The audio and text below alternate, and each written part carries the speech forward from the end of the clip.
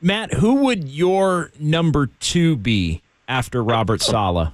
Who would I know who they have and haven't interviewed, but who would, if you were putting together your like top three and Saleh's number one, who would your two be? I seem to remember us. It might have been at this very time, JD. I know we were having this conversation, and the name that I talked about was Jeff Ulbrich. And yeah, I heard you guys talking about Ulbrich as I was driving home from the barber. In the talk was about the drop off of the Jets. I saw it a completely different way.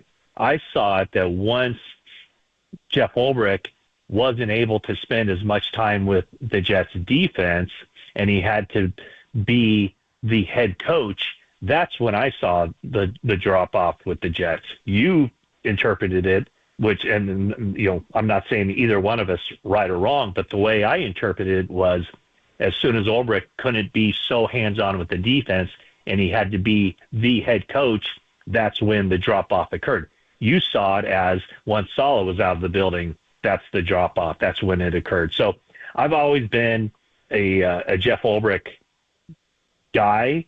I remember when he was retiring and spoke to him at that time, and he already knew, the last half of that season, his final year in the NFL, when he had the concussion issues and he was out for quite some time.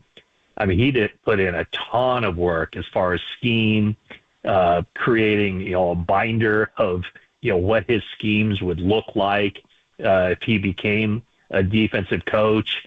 He has been a defensive coach. He's worked with Kyle Shanahan. I know there's a lot of mutual respect there. So my guy, if the Saleh thing doesn't happen, it would be Jeff Ulbrich.